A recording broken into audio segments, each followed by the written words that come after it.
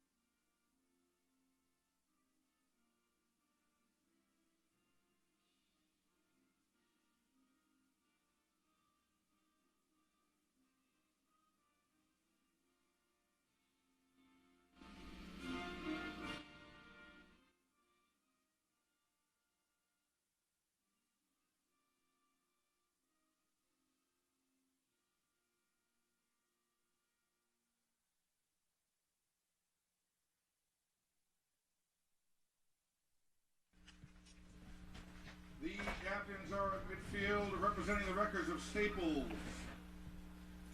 Number 14, Ryan Thompson. Number 36, Tanner Collins. And number 50, Jack Edwards. Representing the Vikings of Westhill, number 3, Nazir Thornton. Number 21, Sam Engel. And number 23, Robert O'Coon.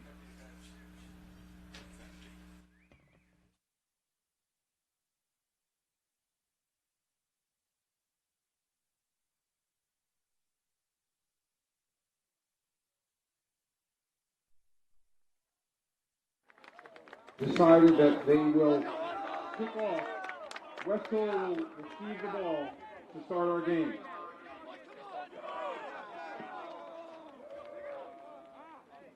Today's game will be officiated by referee Tom Sportini, umpire Kevin Mariconda, head linesman Jay Sportini, line judge Jeff Miller, and back judge Shane Rooney.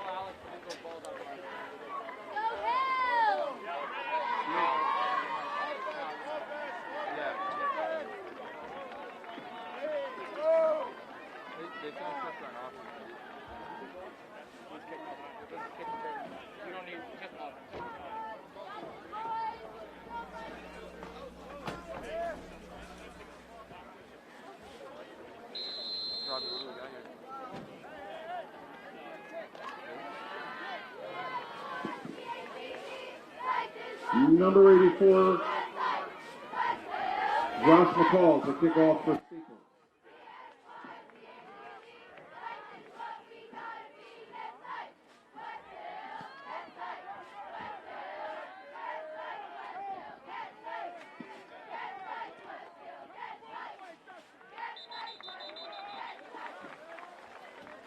Westhill kickoff. Westhill returns the kickoff out to the 25.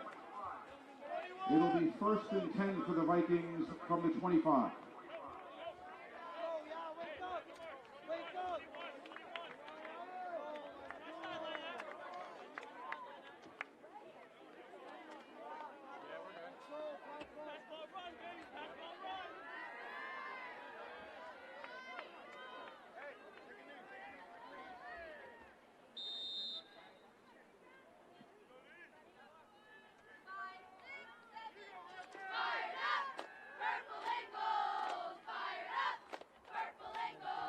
Ultimately make the playoffs, they should win the next 3. This is a big game here, and they can't underestimate their opponents.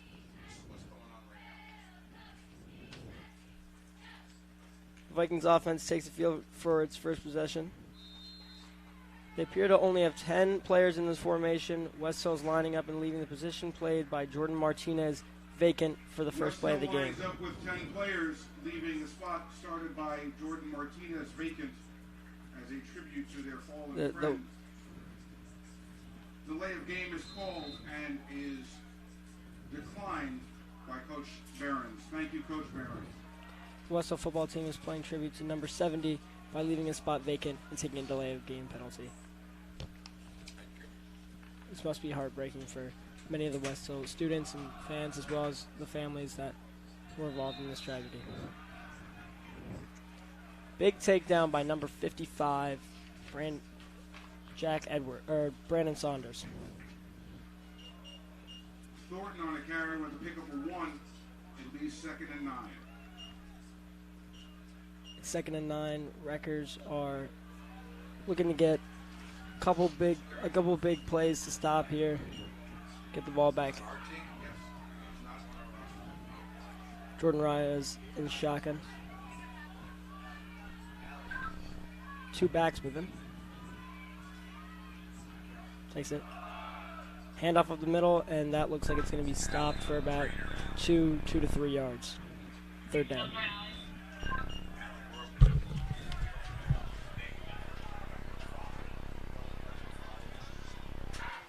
Thornton again for a short gain up to the 29.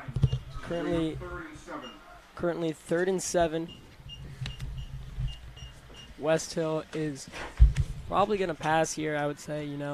On a 3rd and 7, you gotta look towards your receivers to make a big play, and I get the chance.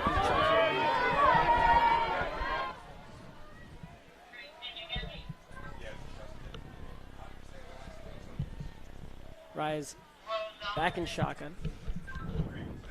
Snaps it. Looks to number 4. Incomplete. Brings up 4th and 7. I can only imagine they're going to punt here. It'll bring up 4th down.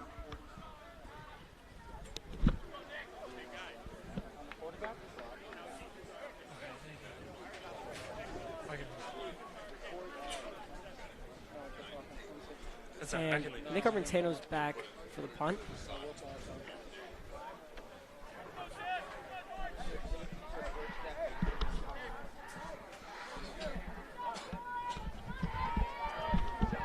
Armentano back to punt, and when you're punting to Nick Armentano, you really got to be scared about what he's going to do with the ball, because he can take it the distance. Yeah, that speed is definitely deadly. Almost blocked by number 11 Jake Ayers, but the punt was whiffed on, and it's going to be Wrecker's ball at Westhill's 40. Looks like about a 10-yard punt there. Down by Westhill. Staples will take over. Ty, I got to ask you, at the 40. Westhill is winless, but Staples has to win this game, and Staples tend to play down to their competition at some points in the season. Do you think that they're going to do that this game, or do you think they're going to handle business like usual? I think they should handle business. I mean, we saw in the homecoming game against Stanford how they can destroy, maybe not the best of teams. So hopefully that's what they'll do today. But we have seen also against Danbury them play slightly down to their competition. Thompson hands off to Tanner Connors, and he gets stopped behind the line. It's going to be a loss about 1. Ends up 2nd and 11. Connors is stuffed up behind the line for a loss. You know, Tanner Connors, I think, has played amazing this season. You know, he came back from really not getting as many snaps earlier in his high school career, but, you know, his senior season was really his season. He turned into this running back / linebacker that, you know, plays pretty much every snap. He's just a dog out there, you know, and if you're Staples, that's got to be one of your most valuable players, in my opinion, in this. You know. But it seems like at least a little run-heavy offense. Yeah, he's really taken that captain role, and he's taken it seriously. He's been leading his team on offense and been helping with the defense. I think it's really important for their team.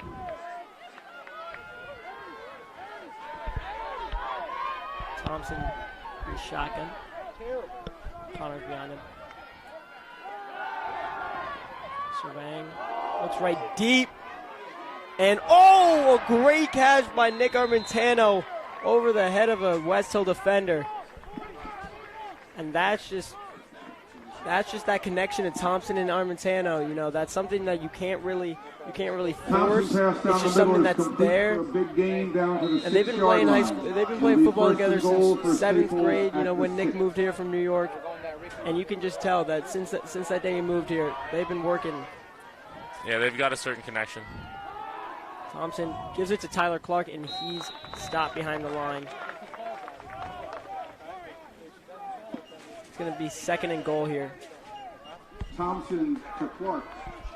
Complete for no gain. Tyler Clark, if we talk about some of the juniors, you know, this team is predominantly ran by, you know, seniors. There's a lot of senior players that start, but there's few juniors that, you know, really come in here and make a big impact. And one of those players is Tyler Clark, huge in the short and medium type. And Tanner Connors rushes in for a touchdown. But as I was saying, you know, Tyler Clark, he's there for, you know, 3rd and 5, 2nd and 7. You know, he'll get you that yardage, and I think that's just the type of player he is. Yeah, I think he's going to be a key piece for Staples in this next season. And it's nice to have one of those slot receivers when, you know, you have the threat of the deep ball with Armentano. So I think to take a little pressure off of Nick, it's nice to have a guy that you can trust on those 3rd and 5s and those 2nd and 7s like you were talking about. So as we were talking, Tanner Connors rushed it in for a touchdown. It was about an 8-yard touchdown. You know, this just goes to show it's just this power back that you got in the backfield. Nick Chubb as a player. But there is a flag on the play. There's something there that, you know, you really can't teach with Tanner, and it's kind of that he wants to hit. You know what I mean? He'll go up and he'll try and shake defenders by his pure strength rather than, you know, agility as players like Nick Armentano does on this team.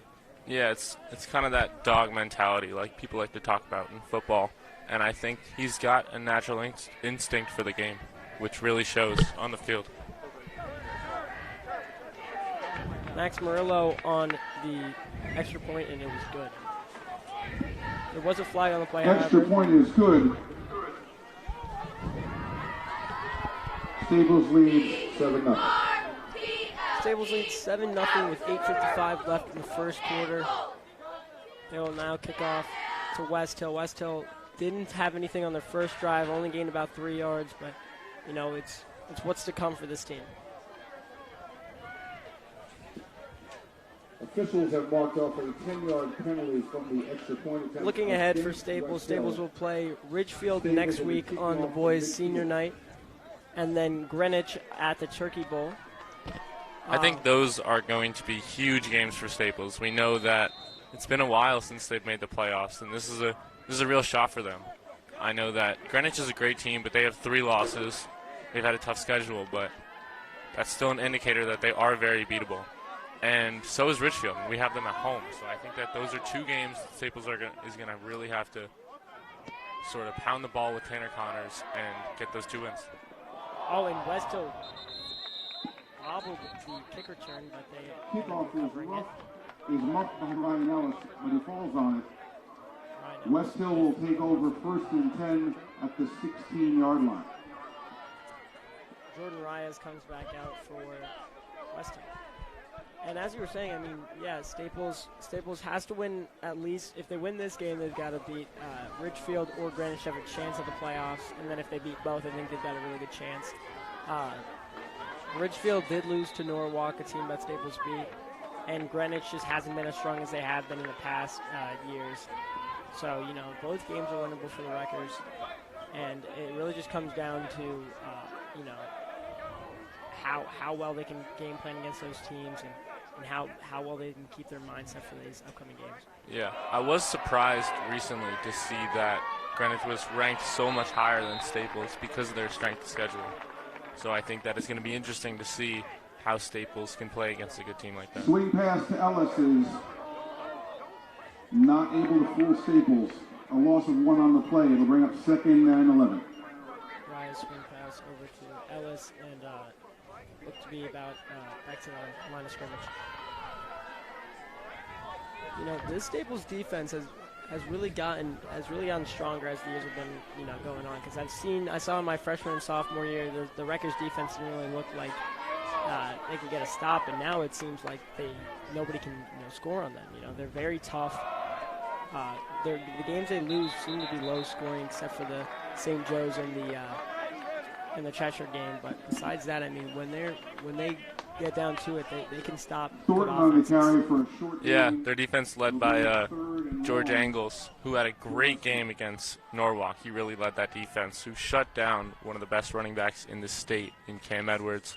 So I think that if he can be that leader for these upcoming next 2 games that they have, the big games that might get them in the playoffs, then I think they have a real chance. And, you know, a big thing about this whole Wreckers defense, I think, comes from the fact that a lot of them play rugby in the spring season. Do you think that benefits them for doing well on the football field? Yeah, definitely. I think that it's sort of that dog mentality like we were talking about with Tanner that a lot of these guys have, where they want to hit, they want to make contact, and their football skill helps them with rugby or vice versa. Talking about making contact, Reyes scrambles out of the pocket for about 5 to 6 yards. He gets big hit, though, by, I believe, Nick Novello and George Angles. This brings up 4th down, and it looks like they will be punting again this drive. 2 3-and-outs to start for Westhill. Staples got to be happy with what's going on so far. Yeah, the defense is definitely taking care of business here early. Nick Armentano back to receive the punt. And another short punt gets again to the 40-yard line for Westhill. Staples will have another shot in Westhill's territory. This is 2 already, and it's only 6 minutes left in the first quarter. Yeah, the defense is really setting up Ryan Thompson well to do some damage against this Westhill defense. He's gotten both times within the 40-yard line of Westhill to start the drive. Thompson comes out. You know, if you're the head coach of Staples, I gotta ask you, what's this first player drawing up? Are you handing up the middle, or are you trying to show how dominant this team is? I think I'm taking a shot. You got Miles Scarfo back. You got Nick Armentano, obviously. You got a bunch of guys, and I think you give Thompson this shot. Hands it up the middle. Tanner Connors with carrying Westhill defenders. That's going to be a gain about 15 yards. That's a great hole led by the offensive line on the right side. He had no one even close to him until like 8 yards. Staples is dominating offensively so far. You know, this offensive line, a lot of seniors on this team are on the offensive line. You see Noah Hofstetter, Slade Anastasia, all these players, they're big boys, and I think they do their work. A fake handoff over to Scarfo. Gets it down to the 1-yard line. What a grab. But there is a flag on the field. Yeah, and I think that the addition of Jack Edwards recently coming back was big for the Staples offensive line. However, there's a penalty on the field. Ineligible man downfield against Staples. So there's going to be a penalty on Staples. It's going to back up the play. It's an eligible man downfield. That's a blow for the Wreckers right there. Yeah, on a great catch by Miles Scarfo. It has to come all the way back. They're going to be backed up, so it looks about where they started. 15 at the 29-yard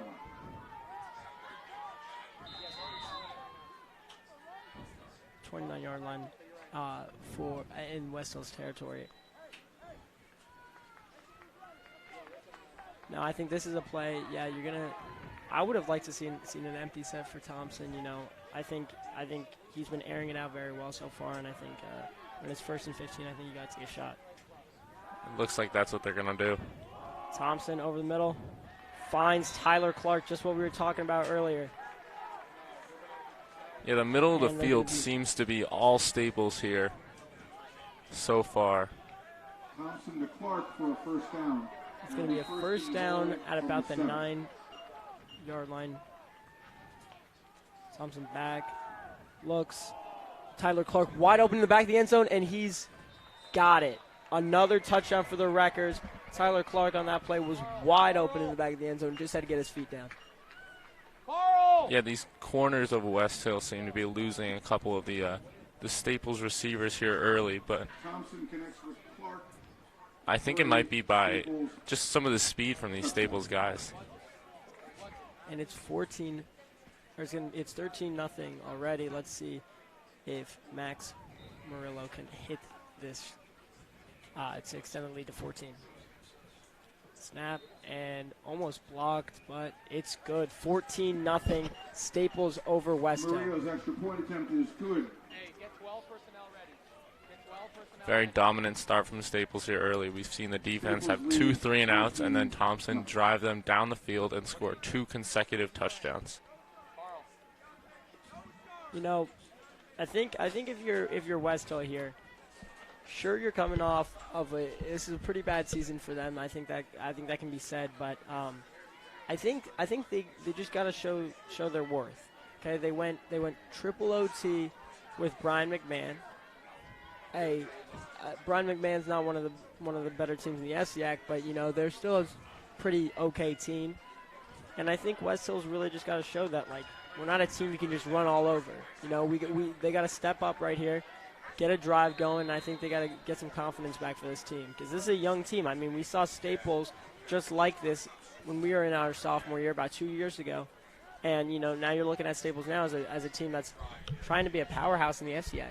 Yeah, I think it's really important to get these young kids going for Westhill, and I think that maybe their senior class might not be the best, but if they can get a couple kids into the program that can really play the game well and they can get them the time, then they might have something like Staples has now.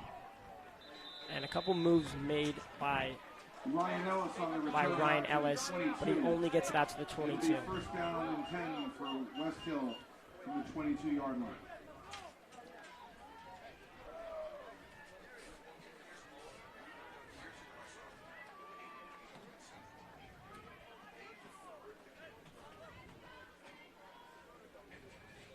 I'm interested to see what Westhill does here on first down. I haven't really seen an effective pass game yet, and we know the dominance of the Staples run defense recently.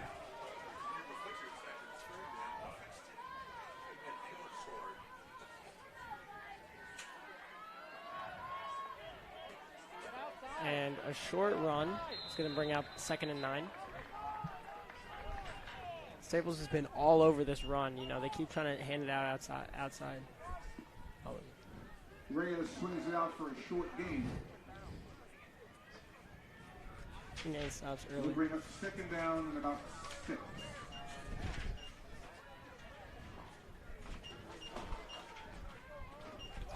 You know, I got to ask you, it seems like Westhill's been running a sort of West Coast offense with a lot of short passes and runs. Is this what you're going for right now, or are you trying to take a shot here on 2nd and 9? I think they're trying to just get anything going on this Staples defense. I think that they need to try to take a couple shots, even if they're not effective, because this pound the ball offense doesn't really seem to be working against Staples defense so far. Thornton unable to find any room to run. Short loss on the play. It'll bring up 3rd down and about It's 7. 3rd down It's a again. big 3rd down here for Westhill. Westhill trying not to have their third 3 and out in a row. We'll see.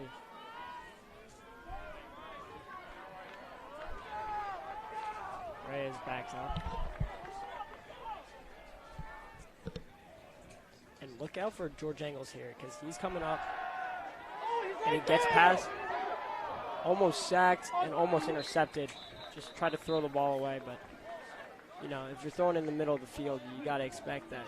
With these Staples ball hawks, one of them's going to grab it. If it's not Guy Harris, maybe it's Benji Teitelbaum. Yeah, I think that's the big thing with this Staples defense versus the Westhill defense. We've seen Staples defense or Staples offense sort of carve up the middle of the field against the Westhill defense while Staples is really locking it down. And welcome into WWPT 90.3 FM. If you're listening on the radio, Staples is up 14-0 against Westhill with 3:11 left in the first quarter.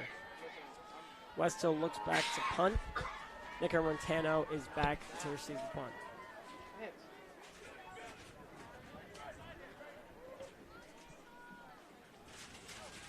Westhill's had some problems with their punting early. We'll see where this one goes. And this one's going to be the farthest punt yet, and it's going to get over into Staples territory for the first time this game. Staples will get the ball at about their 48, 47-yard line. Doesn't seem like the punter is getting it long enough for Nick to sort of make a play on the ball yet so far. Well, I mean, definitely not. I don't think the ball's going deep enough for Nick Armentano to make a play on the ball because it's going towards their gunners more than the returner. Yeah. I think that they should definitely try and take a shot here and sort of get those points on the board, and then they can cruise with their run game later. We've seen what the wide receivers can do against this Westhill offense so far. Thompson backs up, shotgun deep, unloads to Nick Armentano, caught again. Nick Armentano's having a day so far, another huge pickup, and Staples is about at the 12 to 13-yard line. It almost seems too easy for the Thompson to Armentano connection so far. First down for Staples. Thompson grabs, hits Tano again. Nick Armentano with a touchdown. Two plays, both to Nick Armentano for the touchdown. Huge for the records, and it's looking easy for them so far. They're up 20-0 with 2 minutes and 52 seconds to go in the first quarter. And I mean, I think if I were the Westhill coach, I would really try to just take some shots and try to get the ball going. This game is not out of reach yet, but it's trending towards that way. So I think that they should just try to get their guys going, maybe get a little confidence up, and just see what they can do. And Max Murillo hits another PAT, and they're up 21-0 with 2 minutes and 52 seconds to go. You know, how this game is trending so far, Staples is dominating. And, I mean, this team has been dominating the past couple of weeks. If I'm not mistaken, they're on a 4 or 5 game or 4 or 3 game win streak, you know. They were 2-2 at one point in the season. They were 1-2 at one point. They were 1-2 at one point. They're on a 4-game win streak. You know, they beat Norwalk. You know, they've been dominating teams. And these haven't been games where they've seemed to get lucky. You know, I think it's Staples has really, you know, constructed this team to play in big games and to win in big games. Yeah, I mean, at first they went 1-2. They weren't looking too good. People were questioning if they were a real team in this state playoff and if they could actually make it. And I think they've proven that they're a real team and that they could go far.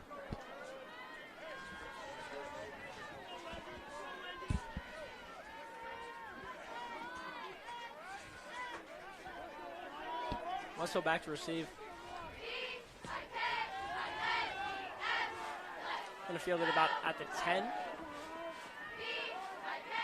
And Ellis gets ripped up. Looks about at the 25-yard line. He'll go down. Or 20-yard line. Ellis takes the kick and returns it.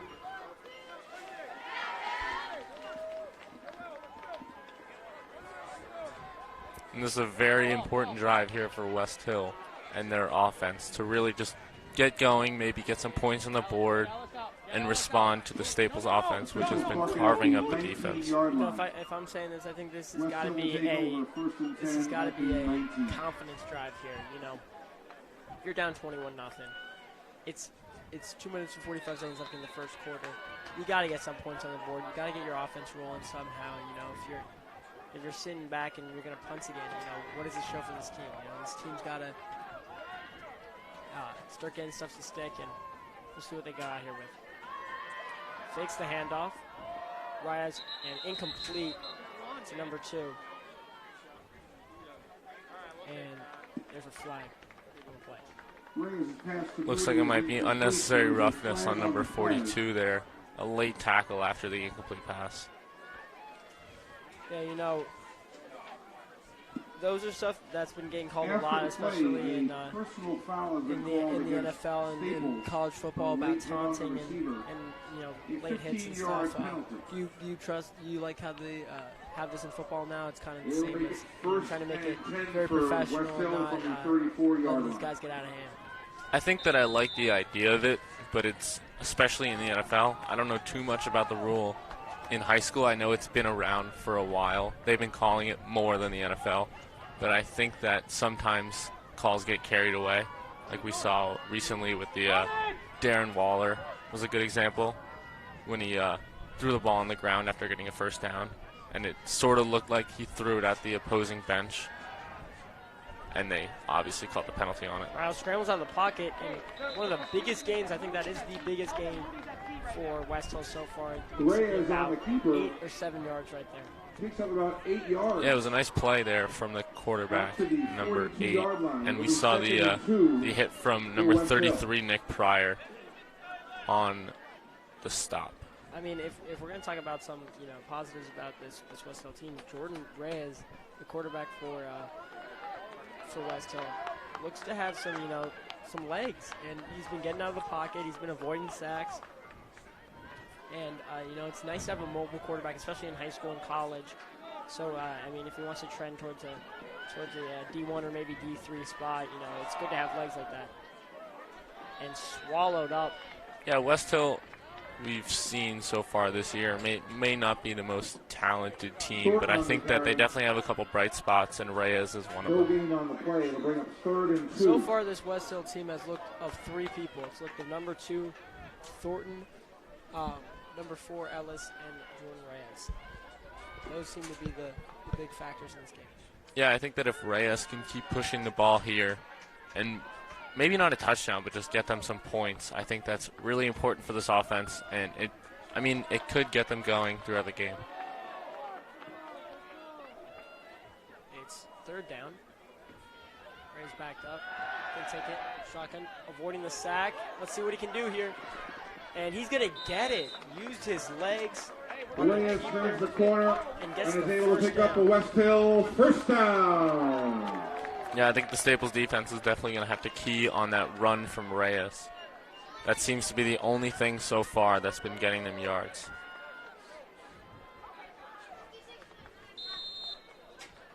Westhill's, you know, doing their best. They're moving the ball. This is something we haven't first seen and yet. 10 at the Westhill And 47. they're going to have it about their 47-yard line. See if they can get it into Staples territory. Reyes and shotgun. And handoff. Swallowed up again.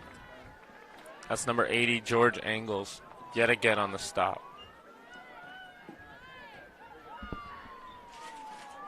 Westhill's been doing Thornton on the carry, swung down for pretty no good gain. job so far about, you know, We'll bring up 2nd and 10. having some consistency in this drive of, you know, not they'd run the ball in first, maybe pass it on second. It hasn't just been an all run or an all pass type thing, you know. And even if they haven't been throwing the ball yet, you know, they've been going and dropping back into certain sets. At the end that's of the allowed first quarter. Reyes to get out of the pocket. Yeah, it's going to be really important for this Westhill offense to keep Reyes going and make sure that they can mix their looks to get him, to keep him the ball and let him run, because that's been the one thing going for them so far.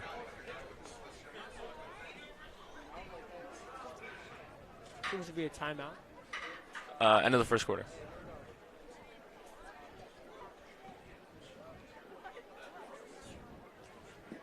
(21-0). Staples leading Westhill. It's with a heavy heart that the Vikings have taken the field again today. The entire Westhill community remembers senior Jordan Martinez. While we continue to mourn his passing, today we choose to celebrate his life by playing the game he loved to play. We ask that you keep his family and loved ones in your thoughts and prayers. In addition, we ask you to keep number 6, Estuardo Diaz's family in your prayers. Estuardo is not with us today after the passing of his grandfather.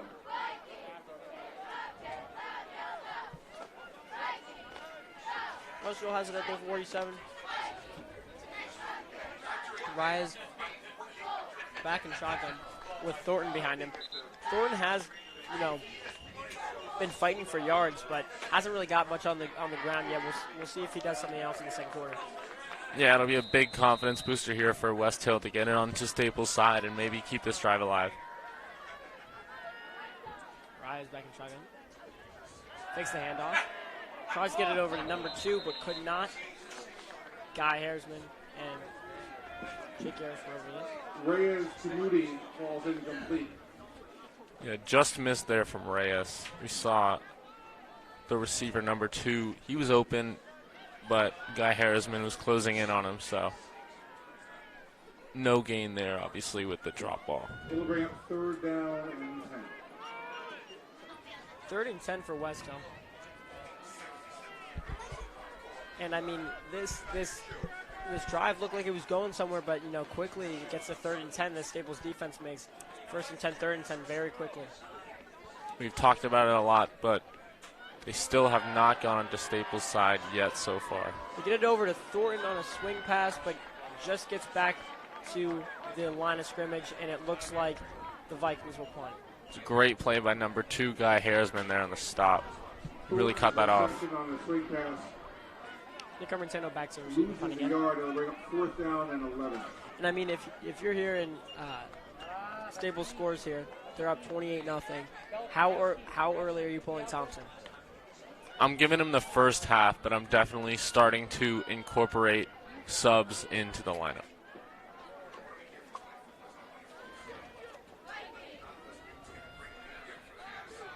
I think it'll be similar to the Stanford game with how they deal with the subs.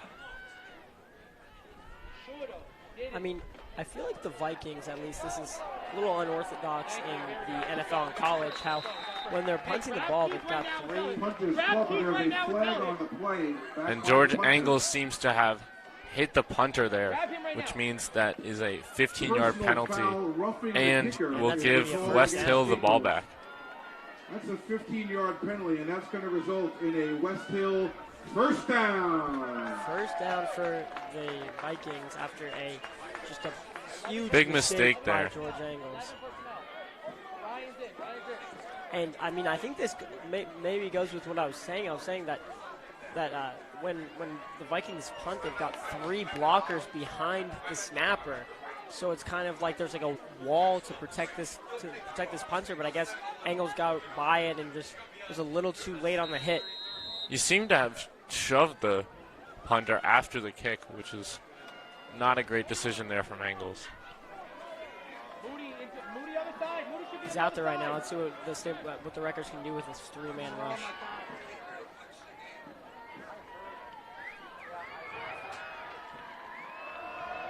Thornton gets it, but only about back to the line of scrimmage, and it's going to bring up 2nd and 10. Yeah, that might be the spark that Reyes and this offense needs to sort of get going and get some points on the board. But we saw nice stuff there by the Staples defense to set up a 2nd and 11. And as much as this is a good drive for the Vikings so far, it's been kind of on the Wreckers for having so many penalties.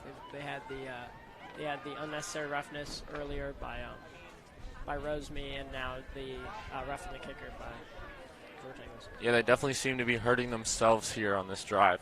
We'll see if Reyes can take advantage. Reyes on 2nd down. Takes the handoff, and he fumbles it, but gets right back on top of it. Great job by getting on top of his own fumble. There seemed to be a miscommunication between Reyes and Thornton there on the read option. It'll be 3rd and 12. And now it is a long 3rd and 12 here for Westhill offense. You know, if I'm going to be honest right here, this is definitely 4-down territory in my opinion. You know, if you're coming back, if you got the roughing the punter, you got this position. This is the best position they've had all game. Yeah, I think it'll be interesting to see where the 4th down is, because if they don't get it any closer, you could pin them. I don't know how much trust I have in this punter if I'm Westhill too. I mean, he's shanked a couple of the punts so far, so I'm going for this regardless, I think. Oh, and a sack brings them back a little bit more. And I think ideally you'd like to go for this, but I don't think you can. yeah, especially after that sack. The beginning of the 2nd quarter, I think it's just too early. You got to punt this one away and hope that their defense could stop them. Because if they can get that 3 and out that we've seen Staples do recently, then, you know, they could get the ball back with good field position again. So we'll see Westhill to punt again. George Engel's got to keep his head up. Seems like they're setting up a play. Yeah, it does. I mean, a lot of their punts have been looking like fakes, as you'll see the two gunners kind of, you know, separate and go towards both sidelines. And it kind of looks like it'd be like a fake play, but we'll see what they do here. Great punt. Fair catch made by Nick Armentano, and that puts him at the 16-yard line. Nice punt by Salazar. Fair caught by Staples. And now Thompson comes out with a lot tougher field position than he's had recently. I'll be interested to see what they do, whether they're going to sort of pound the ball with Tanner Connors or keep taking these shots against these Westhill DBs. Hey, Carl. I mean, if you're looking to punish Westhill and, you know, really stick it in their face, I think you got to keep going with the air raid offense. Thompson's having a great game so far. I really haven't seen any mistakes he's made. And his receivers have done a great job of getting open and giving him big targets for him. And having great hands, too. I mean, we haven't seen a drop yet so far for this Rutgers team. Thompson fakes the handoff, gets it over to Tyler Clark. Tyler Clark, a lot of field. That's going to be about a 16, 17-yard gain for the Wreckers. And we saw them try to do that earlier with Tyler Clark, where he slipped and fell, but that time, you know, he had blockers in front of him, and he really took advantage. Pick him on the play results in a 1st down for Staples. Tyler Clark would be a great receiver for Brady. That's how I think of him. You know, very much like a Julian Edelman or like a Danny Amendola. Yeah, sort of that quick slot receiver that you often see in the NFL. Tanner Connors gets it. And, he keeps running so many people down. He's gain a 14 yards right there. Gets it into Westhill's territory. Great run by Tanner Connors. Yeah, we've seen this record offense be very versatile recently with Tanner Connors and the pass game from Thompson. It'll be 1st and 10 at the Westhill 48. I mean,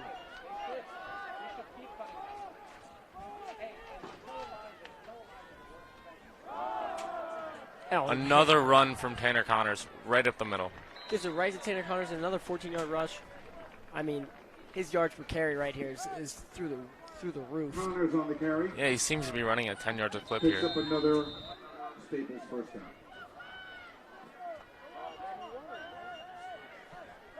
The Staples offense is really carving up the Westhill defense here early.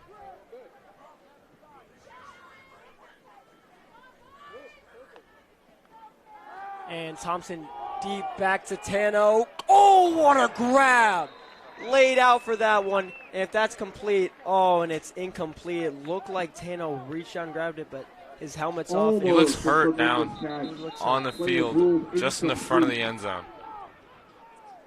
He fully stretched his body out for that one. That one's bound to hurt. Let's hope he's okay, though. A big piece for the Staples team is now down on the field.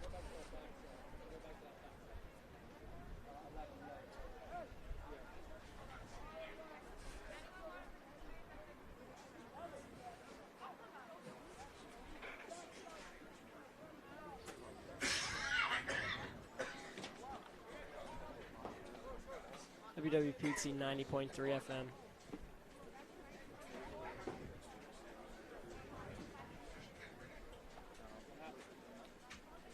And Nick Armentano's still shaken up down there. Looks like he's getting up. And he's shaken up, but he's walking on his own 2 feet. It's a great sign for Staples to make sure that Nick Armentano is okay and walking on his own power. Nice effort, Nick. That's going to bring up 2nd and 10. 2nd and 10 for the Wreckers. That was a great pass, a great catch, but I guess the ball hit the ground before. It looked like he couldn't withstand the ground. Yeah, and that's why it was an incomplete pass. I think he hauled it in, but just you can't have possession until you hit the ground. And I think the ball must have touched the ground once he hit.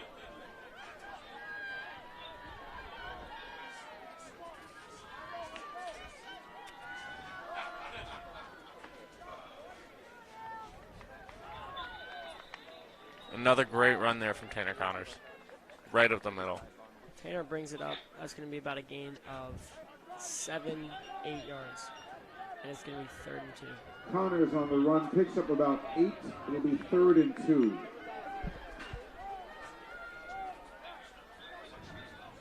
Say it? Yeah. Here. And Andrew O'Loughlin, number 24, is now in for receiver for Nick Armentano. Tanner Connors just pushing his own lineman. He knows the gap he wants to find. That's going to be a first down for the Wreckers, and they're at the 20-yard line.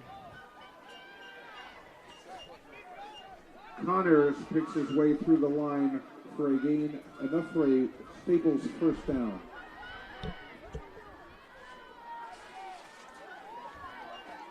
First down for the Wreckers. At the 20-yard line, Thompson in shotgun. Thompson takes it, gives a handoff to Tanner Connors, and he's swallowed up back to the line of scrimmage. Just one of the first times. Yeah, really nice play there from the Westhill interior defense. We know they've had their struggles so far this game stopping Tanner Connors. We've seen these 10-yard runs consistently, but that was a nice play there.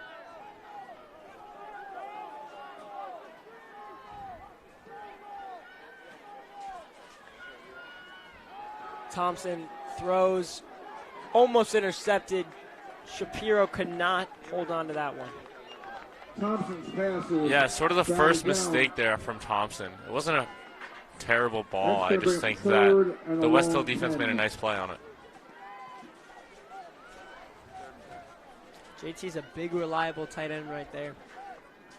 And, you know, you got to have fun throwing him the ball. It's kind of like a big target, and Westhill hasn't been able to stop a lot of the Wreckers receivers. So 3rd and long here for the Wreckers. I think they're going to go right back to that pass and maybe hit Miles Scarfo at the bottom. Thompson rolls out right, surveying, finds, is that Nick Armentano again after the injury, and he's in the end zone for a Wreckers touchdown. That's going to bring it to 27, maybe 28, pending the kick. Yeah, Nick Armentano there just went across the field. Thompson to Armentano. Found an opening, and Thompson hit him for the touchdown. I think that's really important to keep that connection alive going into the next 2 games. Yeah, you know, Nick Armentano's great speed, and I think Tano's got a lot to do with his stable success so far.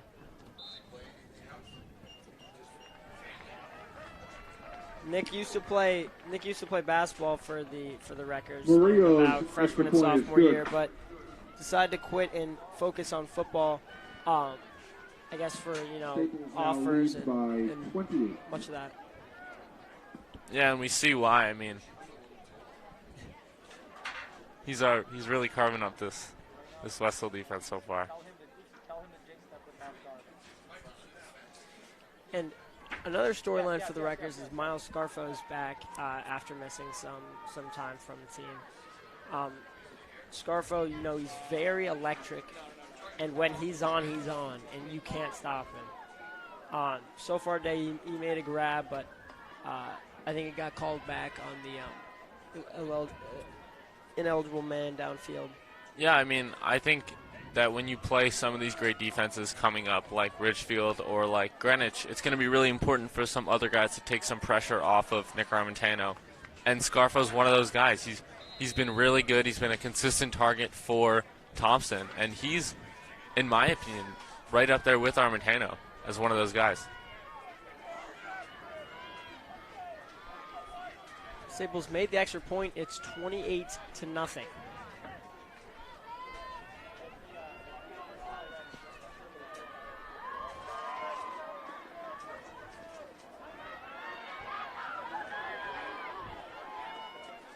Nice little return there from Westhill after the kick. That will set them up with pretty average field position at about their own 30. 34. Westhill will take over 1st and 10 on the 34.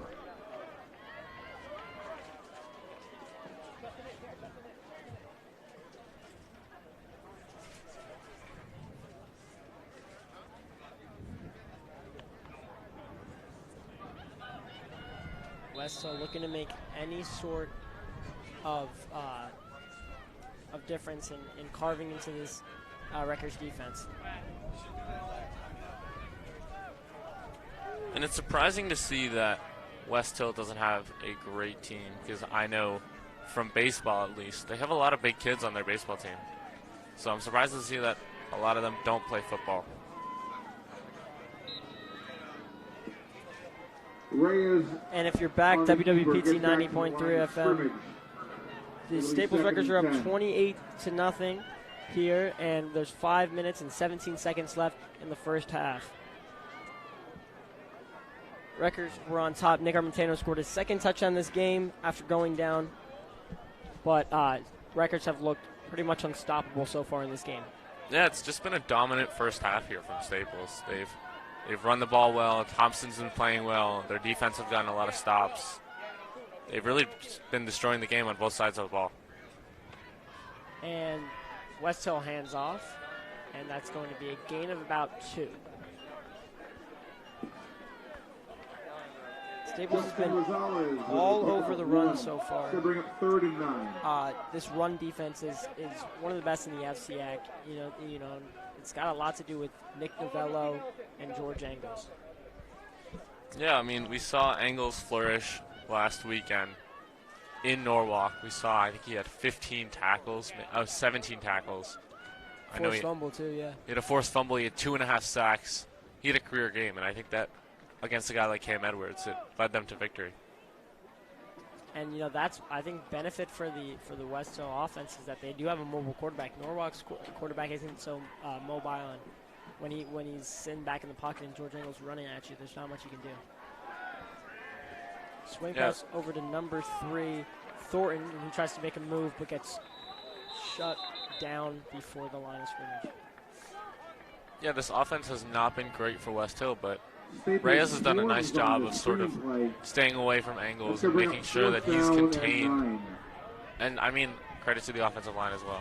He's definitely stopped the run well, but he hasn't really got to Reyes as much as he was in Norwalk. It's 4th down.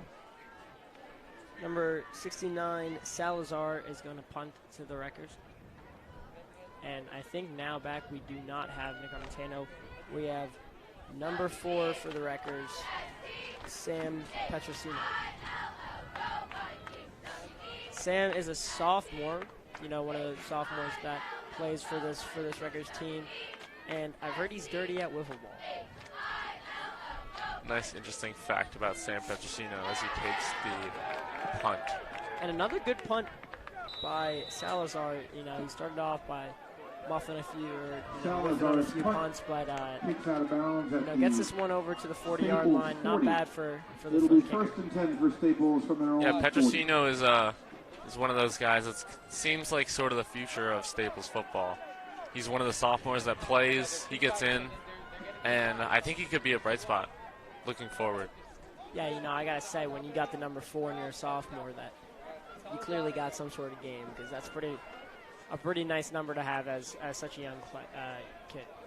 Yeah, and I'm interested to see if they give another sophomore, Caleb Smith, the quarterback role after their backup before Will Holloman is out for the season now. So we saw him get in against Stanford, and I think that they'll do the same in the second half. Hey, look, I know Tyrone didn't. Thompson back with Tanner behind him. See what he does. Hands off to Tanner. Tanner makes, now fumble. And that's not Tanner Connor, sorry. That is number 21 for Ball the is Rutgers. loose, fumbled on the play.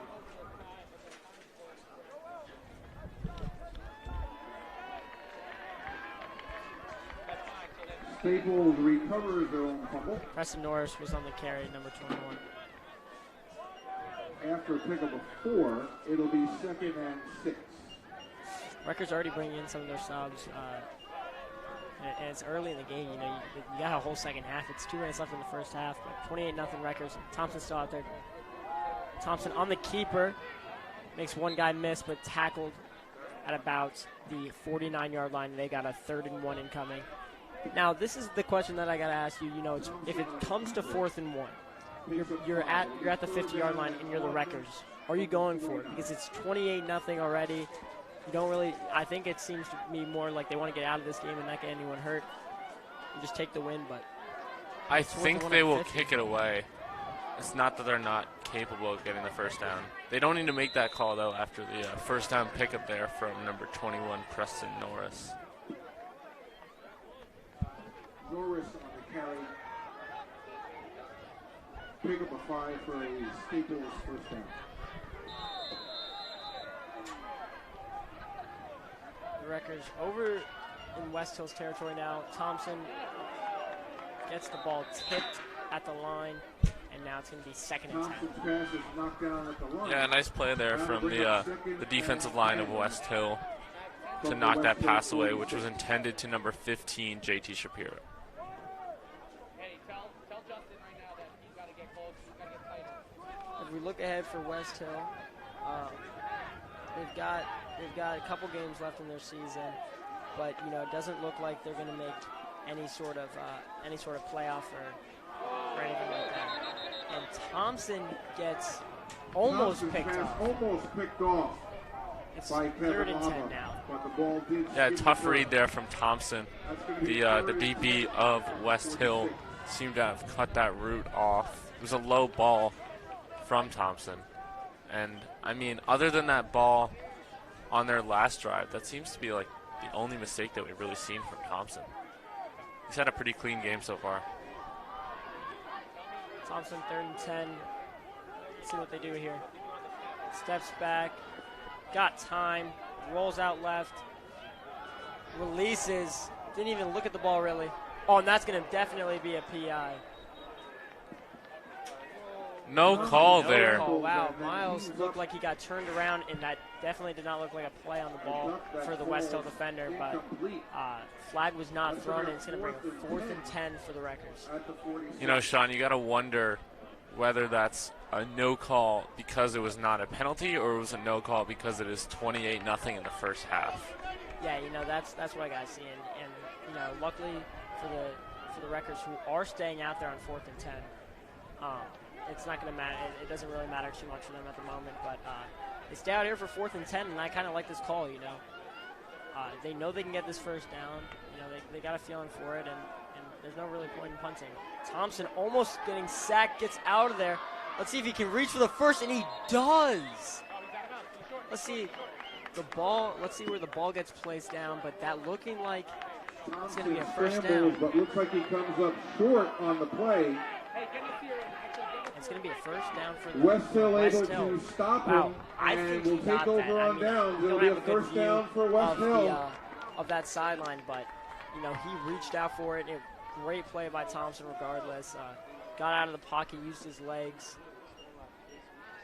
Yeah, personally, I don't love that call from Staples up 28-0 going into the end of the first half, only because, not because I don't think they can get it or that you're setting up Westhill for their field position. I think it's more that you don't want your guys injured.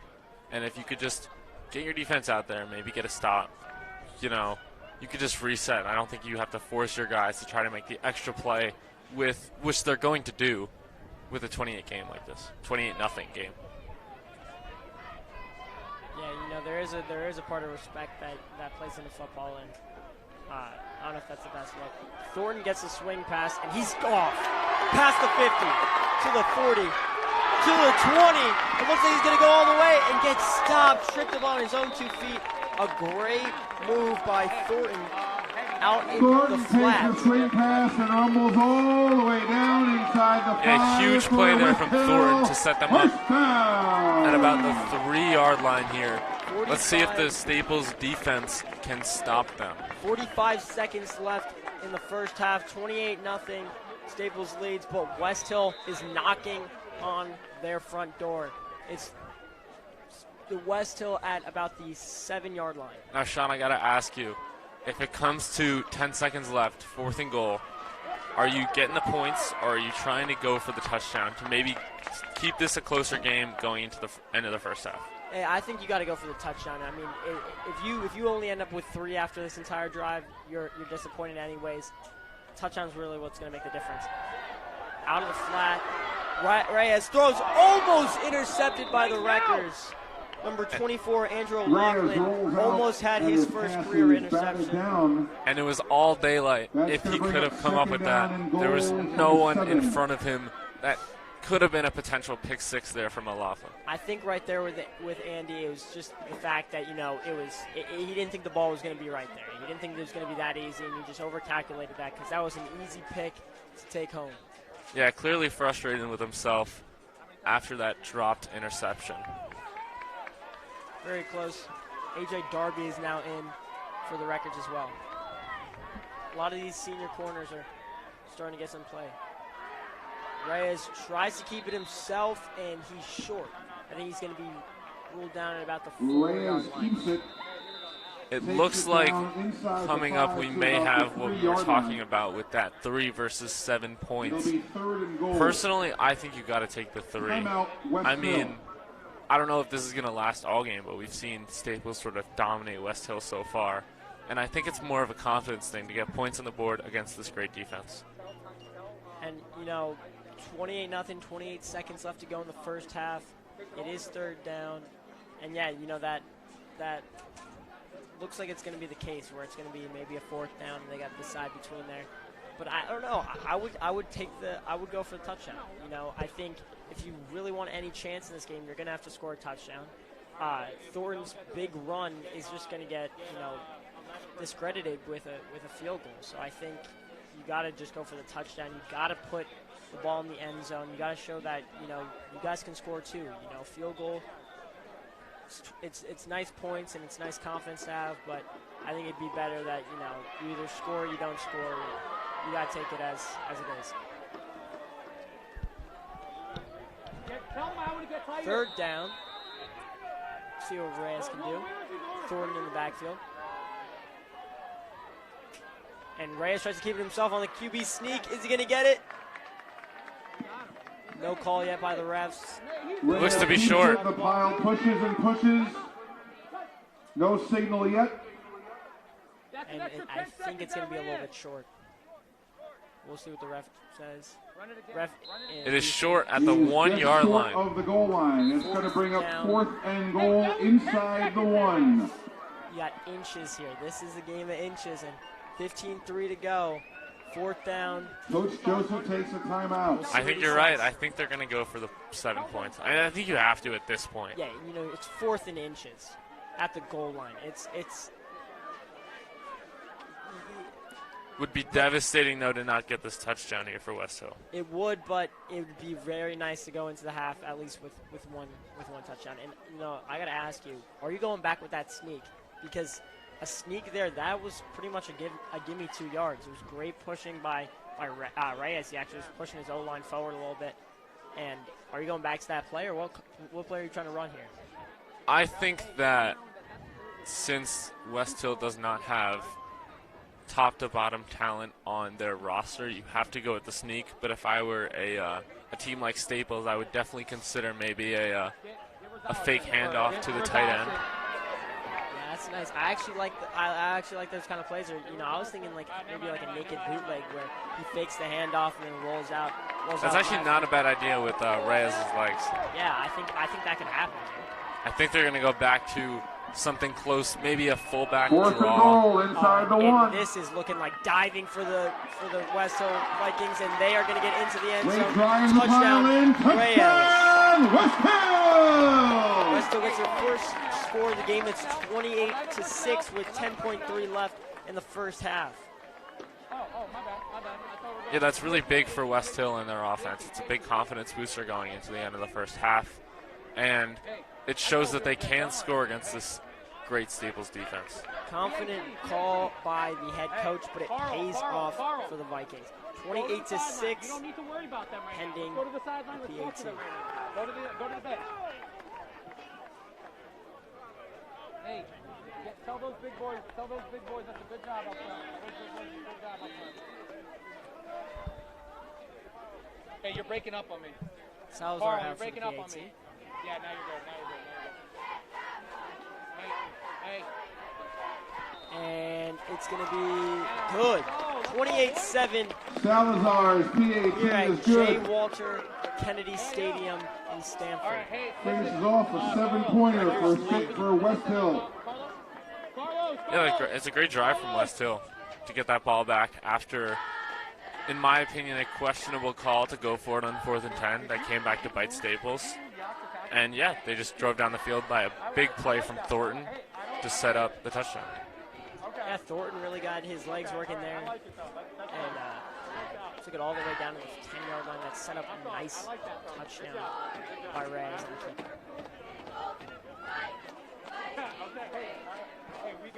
I can only believe that that Staples is going to receive this kick and then take a knee into the second half. You know, I think that they will and should take a knee, but it would be really fun to see maybe a Thompson and Armentano on the sideline.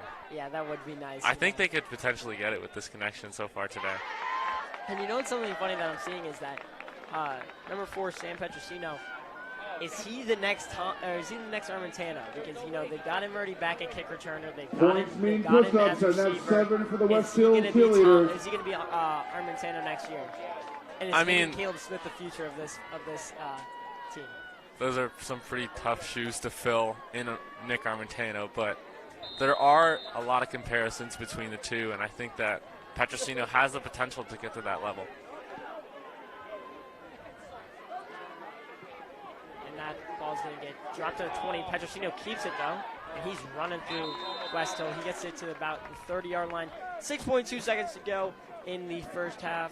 The Wreckers lead 28-7. On the return for Staples. It's been a great game for the Wreckers so far, but Westhill scored right before half. So this game might start to heat up in the second half. Bring out Caleb Smith. I think it's time. Maybe not with this 6.2 left. And wow, look who comes out. Who else but Caleb Smith? Ryan Thompson pulled before the first half. Scarfo's still out there. Petrosino's still out there. I think you give him a play. I think you do too. I mean, if you're going to already, there's no point in having Caleb Smith come out there and take a knee. Thompson can take the knee, but if you're bringing in the backup quarterback this early, you got Preston Norris. Looks like they will take the knee, though, with Caleb Smith. Yeah, because if he throws it, Caleb Smith takes a knee. Maybe he's just getting in some reps. I guess he's never taken a knee before. Staples I mean, I don't know. I don't get that really too much, but 28-7. Wreckers up at the end of the first half. We're going to set it into the studio with Luke Staples Oakley. 28, Westhill Wreckers 7. lead 28-7. Second half coming shortly.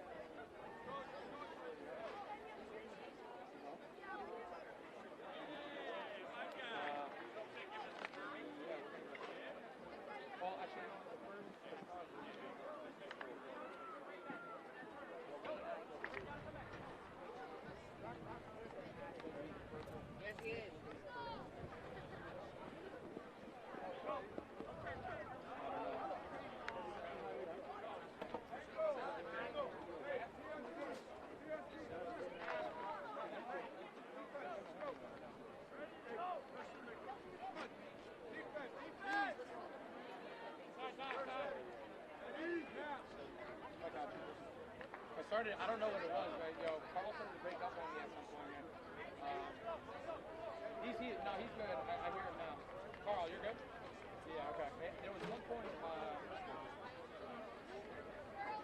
wait, you're good, yep, you're good. Yep. Yeah, it started breaking up, I don't know what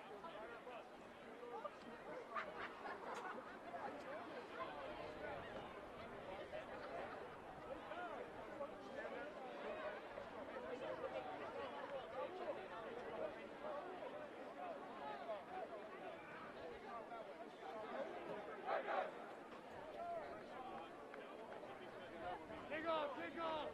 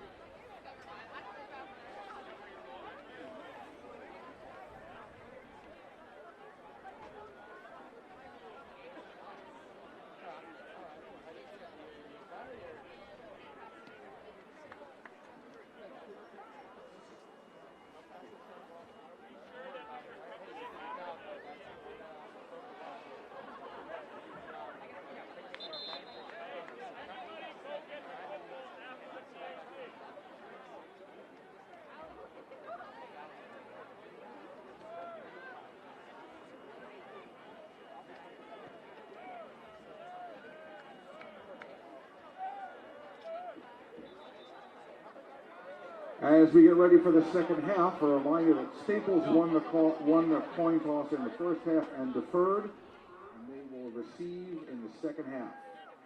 Westhill is lining up to kick off, and Westhill and Staples is sending out their return team.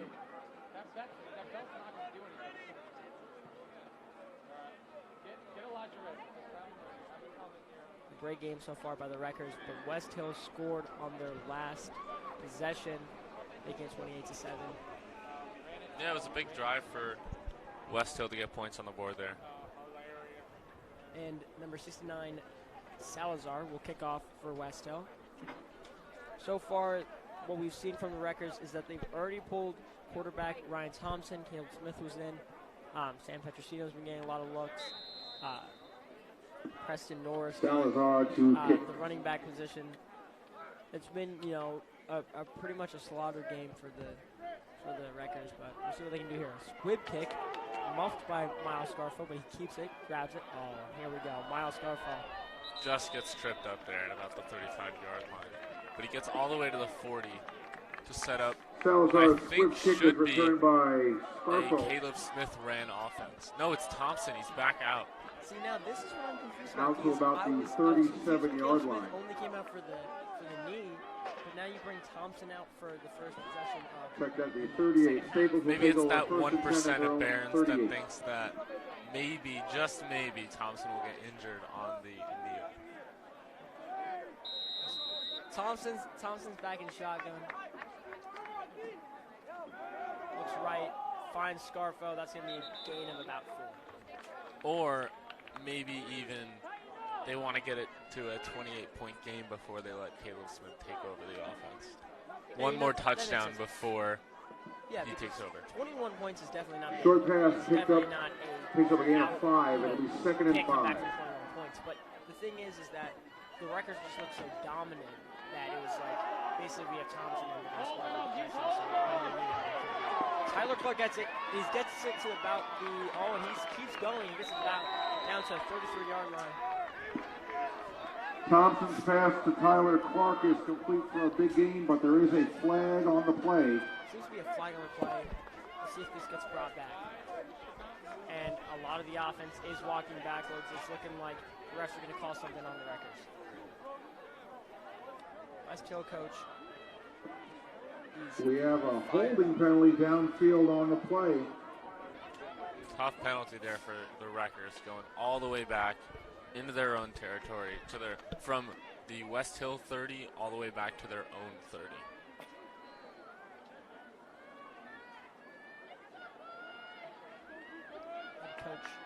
Joseph looks fired up on the side. 10 yards from the spot will bring it all the way back to the Staples 44.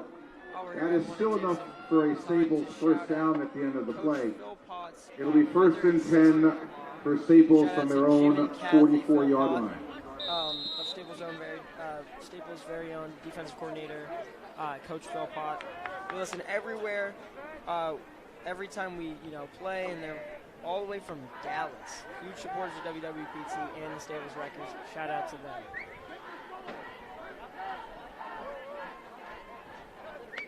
Records have it. 1st and 15, and Thompson gets ripped down on a keeper. It's going to be 2nd down. Yeah, 2nd and long here for Thompson Staples. on the keeper, a pickup of 3. It'll be 2nd I think down it should be a 7. pass play. They've got Scarfo, O'Laughlin, and Tyler Clark as their receivers, with JT Shapiro as the tight end. And I think that Thompson should hit one of them up the seam. I know they've been doing that a lot recently with this Westhill defense, so I think that's what they're going to go to here. It looks to be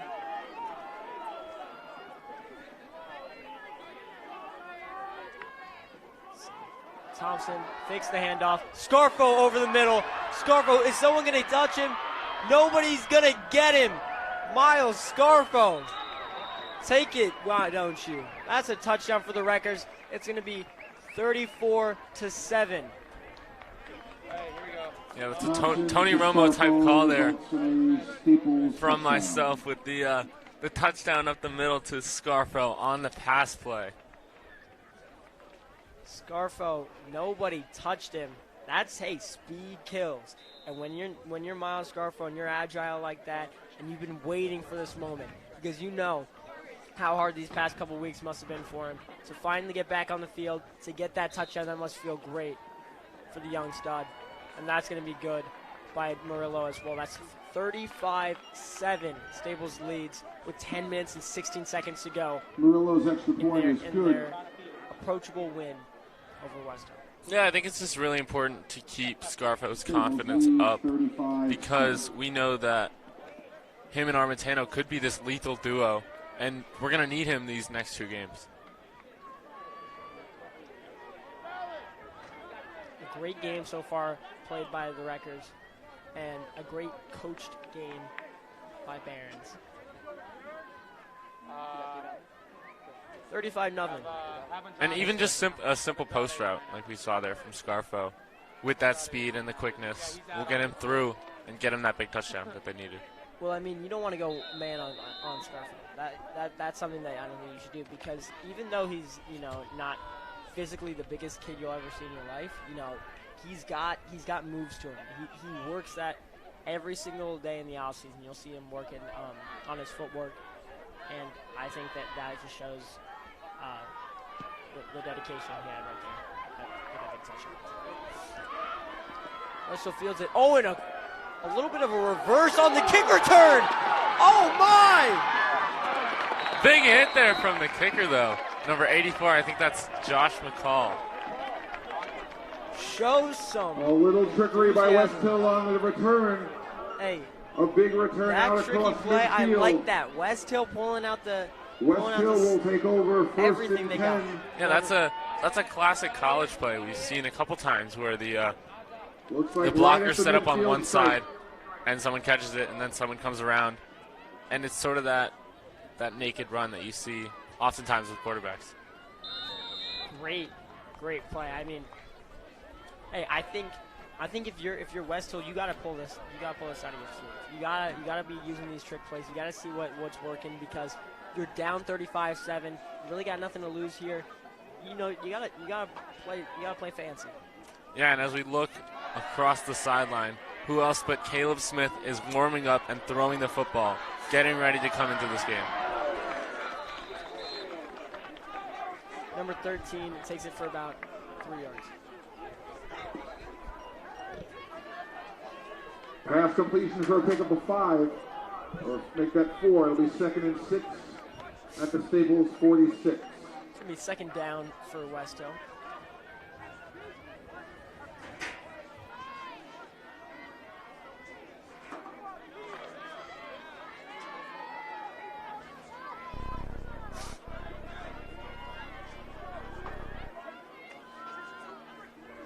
Reyes back, second down. We'll see what Westhill can do. Oh, and a bad snap. Jordan Reyes going to keep it himself. Only gains about a yard or two. It's going to be about 35. Reyes making a little bit of something out of nothing there. A really tough snap there from the center, but he took it and ran it for a couple yards there. Reyes to keep it.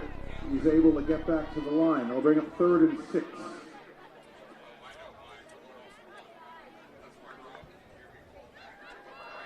So, I mean, I think you're right about this whole 28-point lead thing with Caleb Smith warming up on the sideline for the Wreckers. Yeah, I'm excited to see what he can do. We've seen that that Westhill struggled a little bit on defense, so hopefully Caleb Smith can get something going here for Staples. Or I should say keep something going.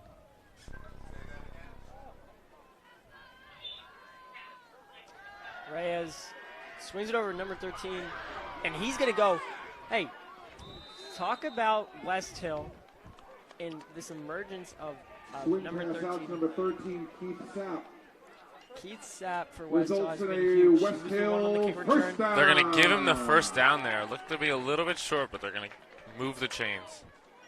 Sapp was the one on the kick return to get the reverse, and he was also the one that was picked up good first down yardage for this Westhill offense, and they're starting to rely on him now. And I think we didn't really see much of him in the first half, and now he's balling out. So yeah, and it was a nice ball there from Reyes to really set him up.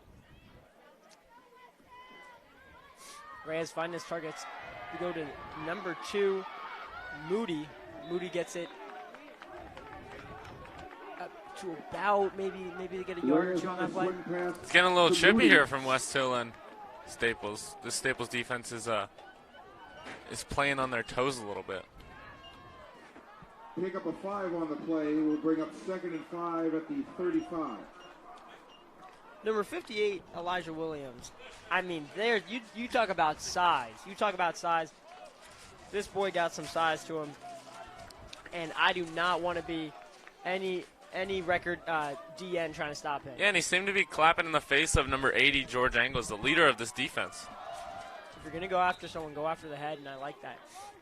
Number 17 for Westhill, that is Jaden Montalvo on the carry. Gets about a yard, and it's 3rd down. They'll bring up 3rd and 4. There's a crucial 3rd down here from Westhill. If they can answer the Staples touchdown, that would be big for the game and for their confidence. I mean, talk about Westhill. They changed it up in the second half. I'm not seeing a lot of Thornton. I'm seeing a lot of these new players. We just got to hand off to Montalvo. Sapp's been used a lot. We'll see what they do here. No Thornton in, but Reyes in shotgun with Montalvo. Takes the handoff to Montalvo. Rolls out right and gets... he stayed up. Great pocket presence by Reyes. He's doing a great job not getting sacked here. Yeah, he hasn't had an amazing day throwing the football, but he's really made some plays with his legs so far. Yeah, he's taking a lot. You're making something out of nothing. You said that earlier, and I think that's a great way to put it. When he's looking like he's about to get sacked, instead of trying to, make a play, throwing it on the run and maybe throwing an interception or just taking the sack, he's using his legs. He's not fumbling. He's getting away from a lot of these defenders on Staples, and he's doing pretty well there. Yeah, he's consistently making something out of nothing, which is important for this offense. A huge 4th down here for Westhill. 4th down. Could be the game. 5 minutes and 16 seconds left in the 3rd quarter. Fakes left. Rolls out right. And gets sacked there. A huge sack by number 66 for the Wreckers. That is Dom Petrosinelli. The sophomore for the Wreckers makes the big stop. Yeah, Dom is their he's their nose guard. He's their interior presence, and I know that he splits time with Jack Edwards, which is tough for Jack to play offense and defense because it's so hard to do both when you're on the line. So Dom steps in, and he's been making plays all season. Now here we go. Sophomore Caleb Smith coming in. We've been wanting to see this. This is going to be the future for the Wreckers. You know, it's going to be him versus Will Hallman for the next year, and then in his senior year, he's going to try and go off, but we'll see. Handoff, gives it to Preston Norris, and Preston Norris keeps the ball high and tight. He gets it about 8 yards, and he's going to be 2nd and 2. I'm surprised to see Miles Scarfo still in the game here for the Wreckers. I know that he's missed the last couple games, but maybe they're just trying to get him some more snaps. I just think that it's a little risky to keep him in the game. If I'm not mistaken, I think I see Charlie Howard out there at wide receiver. I think I do as well. He's in the slot. For the Wreckers. So, nice little fun look for the Wreckers. Handoff again. Preston Norris I would say that's the first down. You know, I think he got the ball over. We'll see where they place it down, though. It's going to be 3rd down if not. First down for the Wreckers. They're going to move the chains. For the Wreckers, moving the chains, as you just said. Norris picks up 2.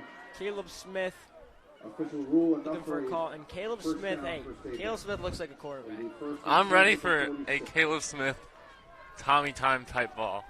Yeah, you know, I'm ready for the Barons to draw him up a play where he can sling it, and we'll see. Tyler Clark close to it. Oh, and fumbles the snap, but Preston Norris gets on top of it. And look, like you were just saying, I think I see Tyler Clark going out for a nice big route there. But the fumbled snap stopped and halted that play. It's going to be 2nd down, and it seems like a million. Was that a tough snap there, or do you think that Caleb Smith's just a little nervous and that one fell out of his grip? I think it's a little bit of both. You know, the center definitely doesn't have that much of a connection with Caleb Smith just because he hasn't played that much, and Caleb's definitely a little nervous. Caleb backs up, gets over to Scarfo, and luckily it was over the line of scrimmage, or else that would have been a fumble. Scarfo just couldn't hang on, and I don't think he should have hanged on anyways.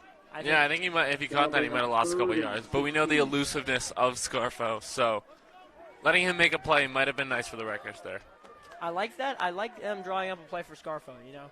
I think telling him basically, hey, we're going to give you a screenplay, you do you.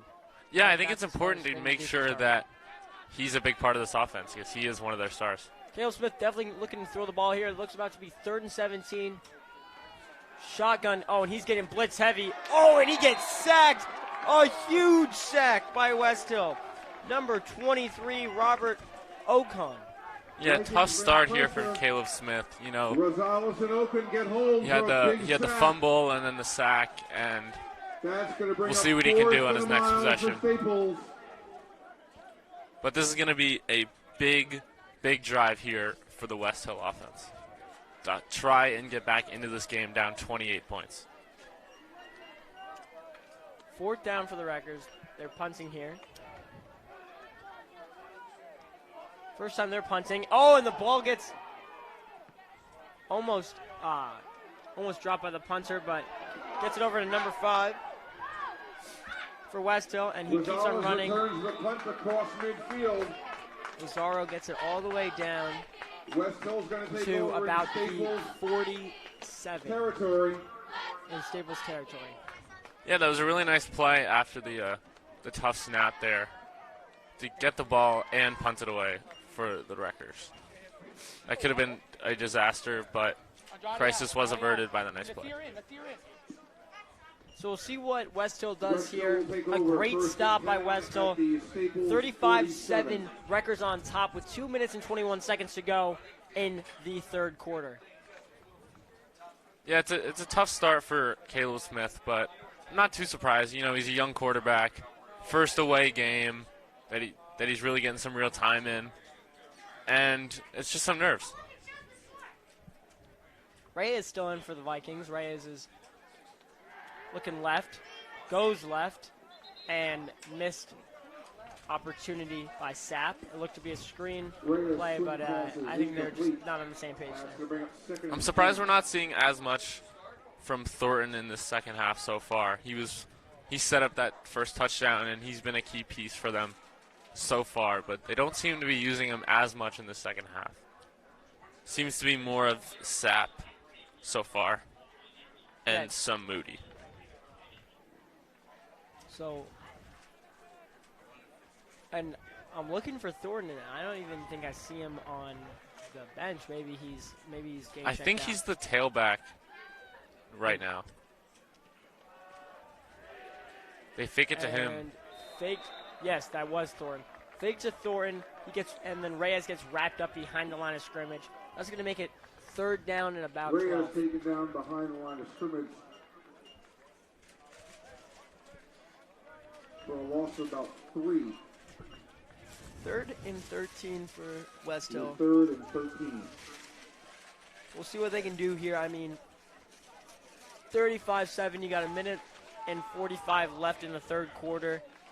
I guess this is 4th down territory. I mean, I think every opportunity anywhere you is get, 4th down territory right now for Westhill. Every opportunity you get, you gotta try and score a touchdown. So yeah, I would let Westhill come in here and try their next 2 plays to get this 1st down. Swings it out to number 13, Sapp again. Sapp makes a move. Sapp makes a huge move. He's gonna get that 1st down. And this kid looks like he came out of nowhere. The emergence of Sapp has hoisted Westhill's offense. Westhill 1st down. Gets them another 1st down. This Sapp kid need to come in here. Yeah, obviously not all of the starters are in at the moment for Staples, but unfortunately I think that they're doing what you said you feared that they might, and they're slightly playing down to their competition here. I mean, you could say, yeah, I totally believe in that Staples is, they're not, they kind of lost it in their own head because it's 35-7. They're like, all right, we can take a little bit of a break, but you can't. Sappis came out of nowhere, and this kid is balling right now. Yeah, it's tough when you're up big to sort of stay focused and stay engaged in the game. And it's a bad snap. Reyes just gets on top of it, falls on it. It's going to be 2nd down and about 14-15. Tough break there from Westhill after they were clearly driving. And that's a big loss of 5 on the play. That's a big loss there from Westhill. 15 seconds left in the 3rd quarter. Looks like they're going to get maybe one more play off. 16. If not, it's going to go straight down to the 4th quarter. 2nd and 15. 35-7 Staples. It does not seem like they're going to run another play, which I honestly think is a mistake. You're down 28 points. You want as many plays as possible, so seems like a lost opportunity. 35-7. 2nd and 15 for Westhill. We're going to take a quick break. I'm going to send it to the studio with Jack Oakley.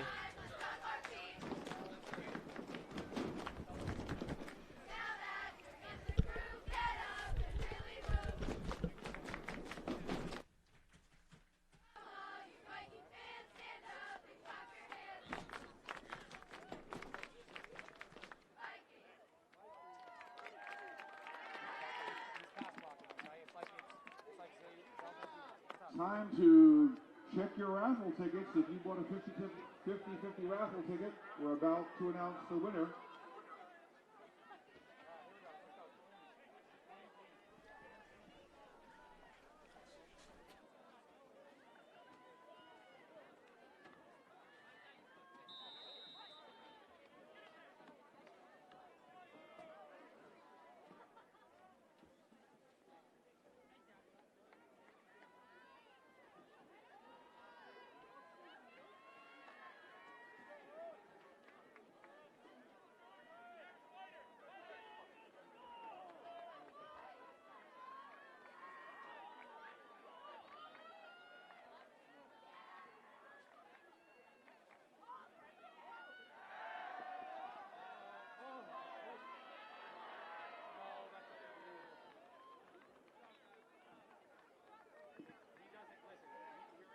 Incomplete pass results in 3rd down.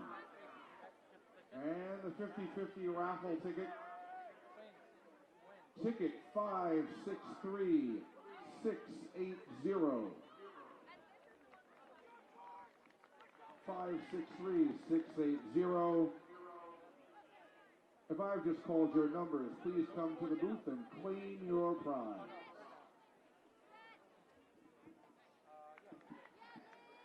The officials have thrown a flag for intentional grounding against Westhill on the previous play.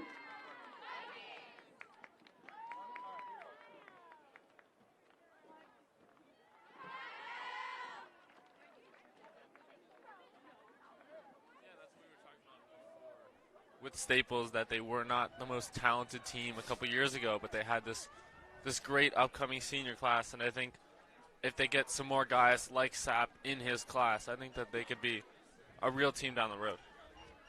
The penalty carries a substantial huge penalty Westhill. It's going to be Westhill. third down and 27.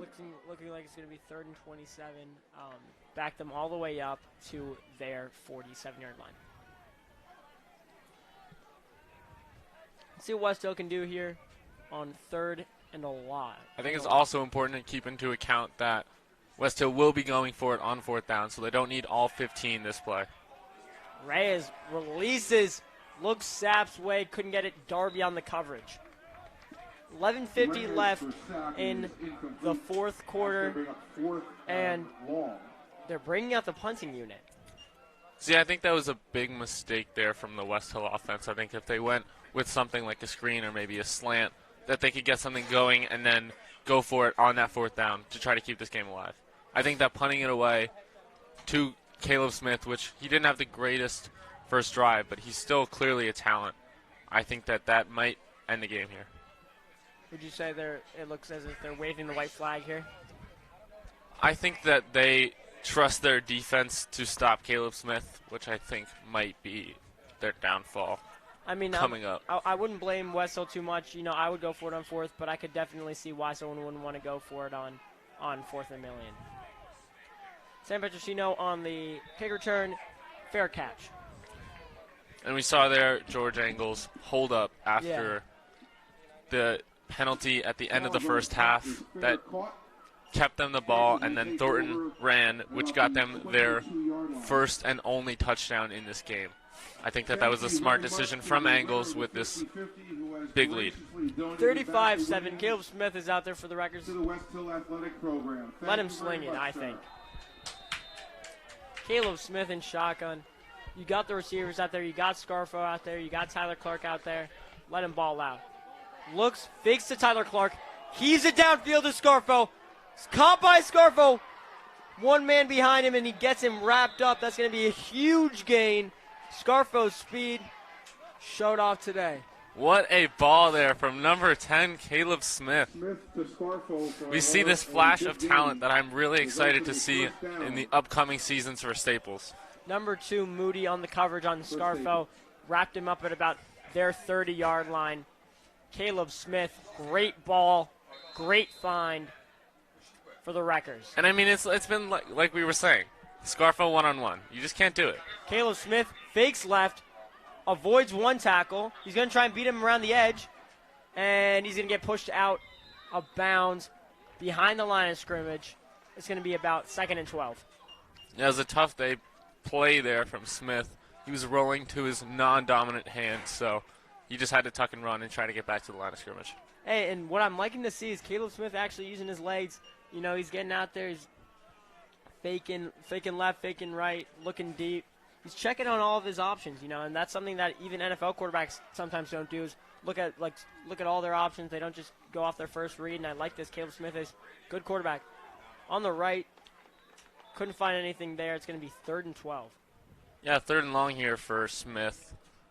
And hopefully we can see another longer pass to maybe Scarfo, or even, I think that Tyler Clark is still in the game. Number 1, Tyler Clark. Tyler Clark is here. It is a big chance here to get the ball, because I think on these 3rd and longs that. On this long slant route. Yeah, it's a long slant route from him.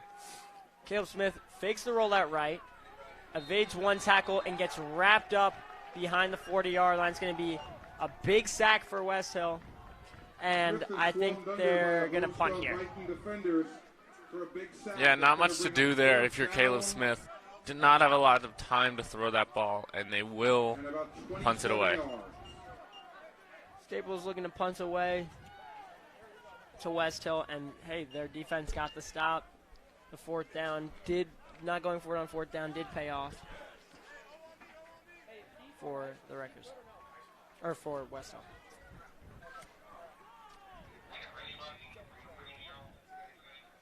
We'll see. Punt by the Wreckers. A great one, actually. Oh, and it gets muffed. Did the Wreckers get on top of it? I think they did. It's going to be Wrecker football. right here at the 20-yard line. Great job by the special teams to jump on top of that.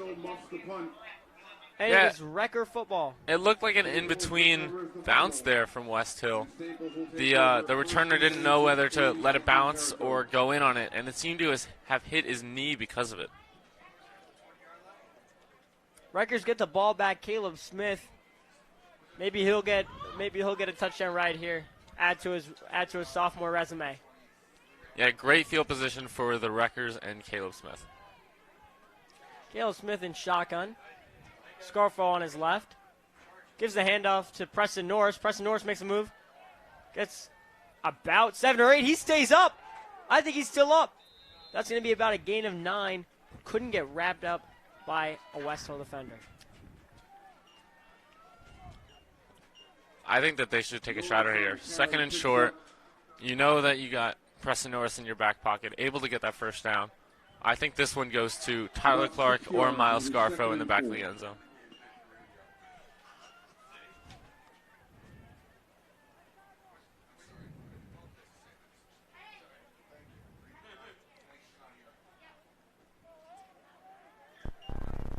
Second and 4. Second and 4 for the Wreckers.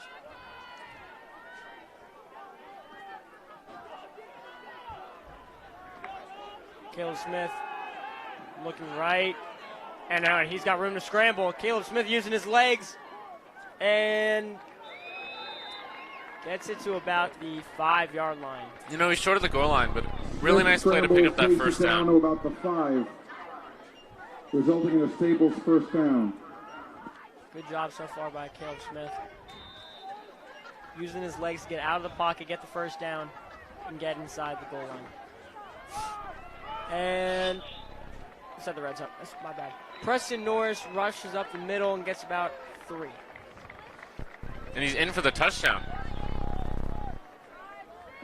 Oh, wow. Preston Norris rushed up the middle all the way into the end zone. Preston Norris, that's got to be one of his first Norris touchdowns. carries in for a touchdown. Yeah, young career here for Norris. And a nice run up the middle. Looked a lot like Connors there on the run.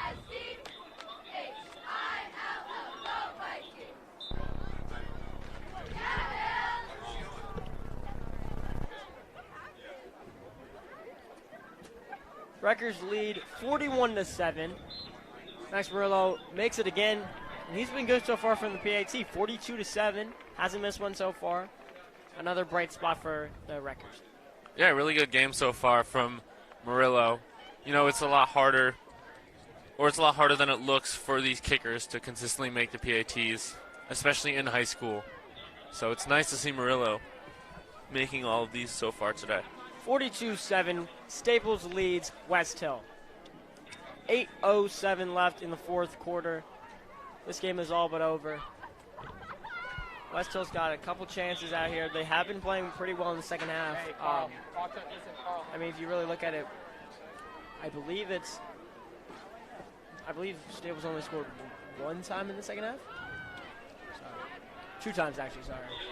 No, yeah, this is definitely a different Westhill team that we've seen in the second half that's really staying close with the Staples team.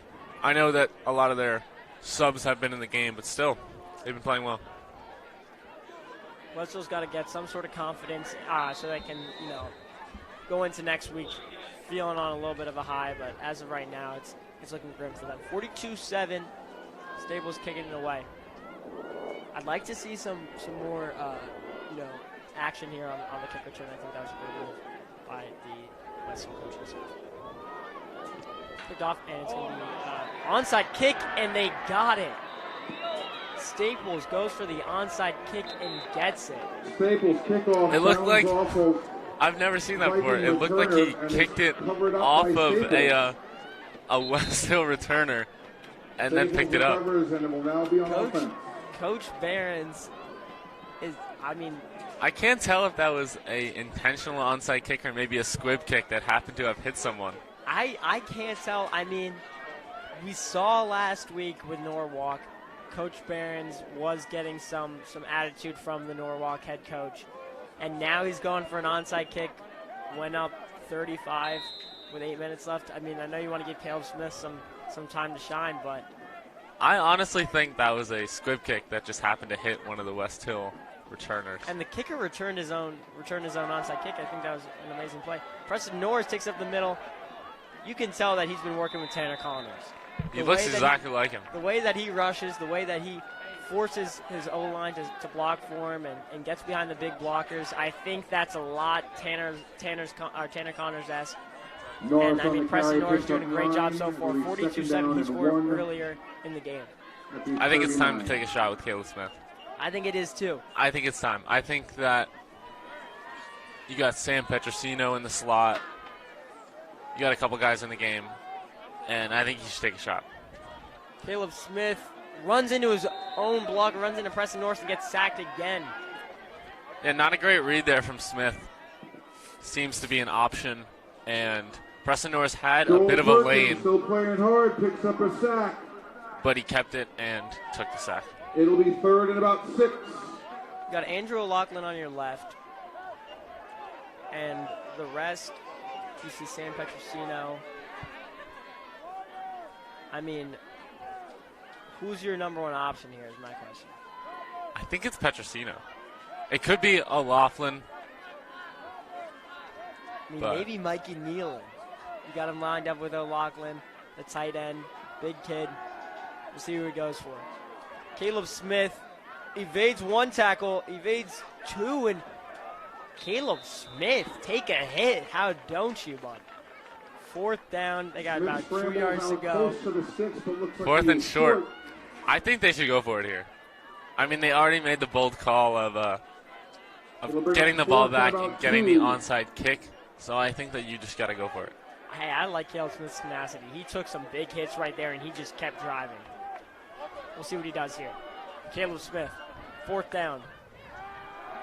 Looks left, goes left, and incomplete, out of bounds. And a flag down on.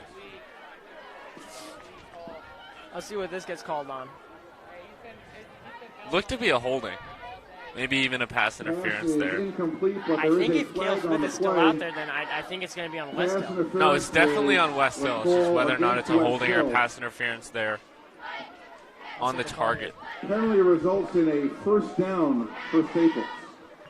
And seems to be... Looks to be a holding call. They're getting moved up like 10 yards. Pass interference call. Pass interference call. That's huge for the Wreckers. Moves the chains. 25-yard line. Caleb Smith goes right. Sam Petrosino makes 1 move. There we go. A flag out on the field, but he gets all the way down to the 10. Let's see what gets called here. Petrosino on the reception. It was thrown down, after the catch. If anything, it's going to be a holding.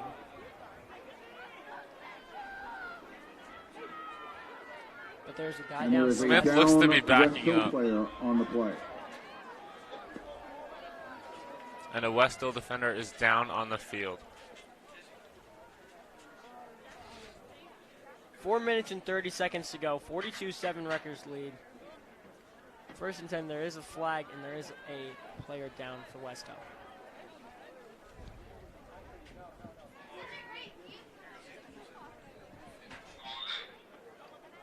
They seem to be bringing the stretcher out. Hopefully the Westhill defender will not need it.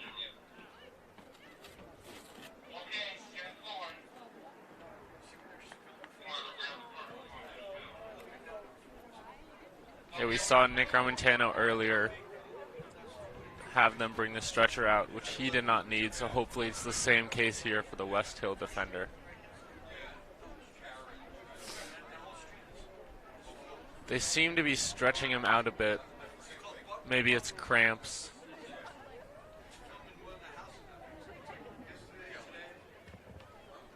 You gotta love G and Corey coming out here in Stanford and even helping out the Stanford players. They're the real MVPs. He's walking off on his own power. That's number 2, David Moody walking off on his own power. He's been big for Westhill so far. Sad to see him shaken up as he heads towards the sideline. Yeah, really tough loss here if he cannot return for the Westhill Vikings. So it is first down still. That play looked to be erased after the flag. After the penalty, it'll be 1st and 10 at the Westhill 25. Caleb Smith, 1st and 10 at Westhill's 25. Lined up on the right hash mark. We'll see what he does. Caleb Smith, hand off to Preston Norris. Preston gets wrapped up at the line of scrimmage. It is 2nd and 10. And it seems like they picked up that flag. It doesn't seem to be a penalty down anymore. Loss of 1 on the play will bring up 2nd and 11. Which means that Sam Petrosino catch will stand.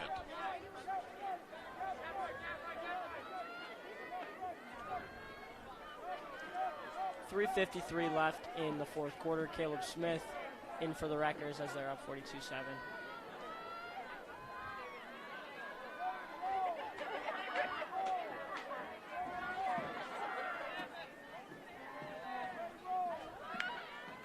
A lot of guys lined up on the left. Caleb Smith on the keeper. Seemed to be a read option there, and Caleb Smith thought he had the best option. There we go. 3rd down and about 7. Yeah, clearly a passing down here for Staples. I'm interested to see who they line up Smith as on their the keeper receivers. picks up about 3. Looks like they're going to stick with Nealon, O'Loughlin, and Petrosino.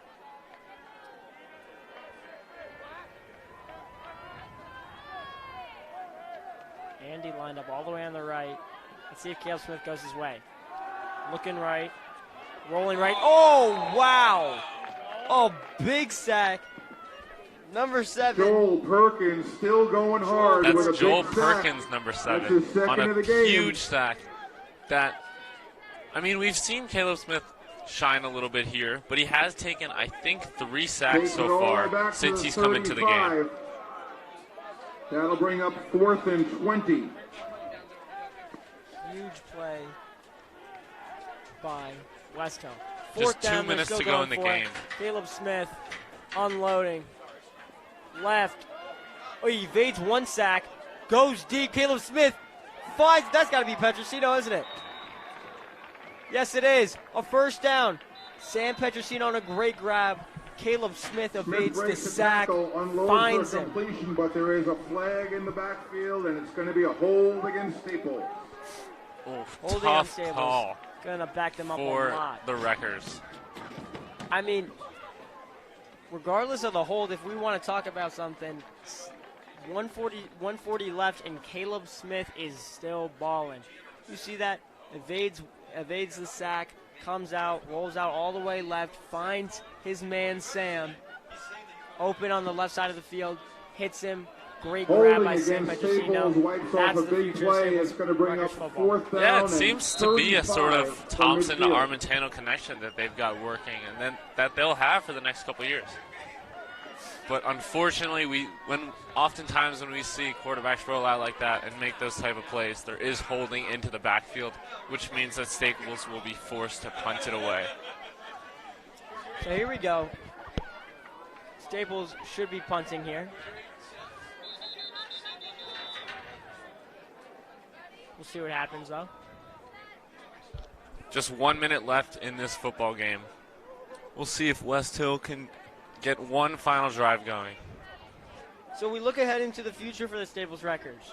They go against Ridgefield. They go against Greenwich. They've got to at least win one of those games. We hope they win both. This is the best scenario for them to get in playoff contention. So I think a win over Ridgefield is definitely manageable, and I also agree with a win over Greenwich is manageable at the Turkey Bowl. Yeah, they definitely need one of those 2 wins, like you were saying. But because their strength of schedule isn't so high, I think, honestly, they might need both. And I agree with you there. I think this tends to happen for the Wreckers. I feel like most of the time they're 1 win away from the playoffs, and it comes down to this Turkey Bowl. It comes down to the Thanksgiving game. We're away at Greenwich this year.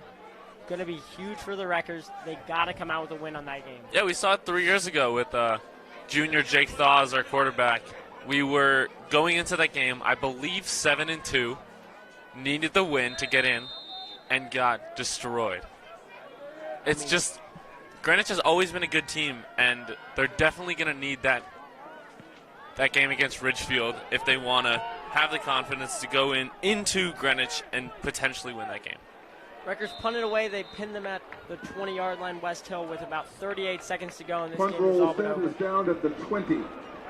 Great win by the Wreckers. They really stayed in control most of the game. Thompson played the first half in a drive and did everything you asked him to. Yeah, Completely I think that torched the defense. looking into the future, the big thing with Staples is, though, and something that's fortunate, is that Greenwich does not have the same team that they did when Jake Thaw played them. They don't have a guy like Mosi Bisi who was playing there.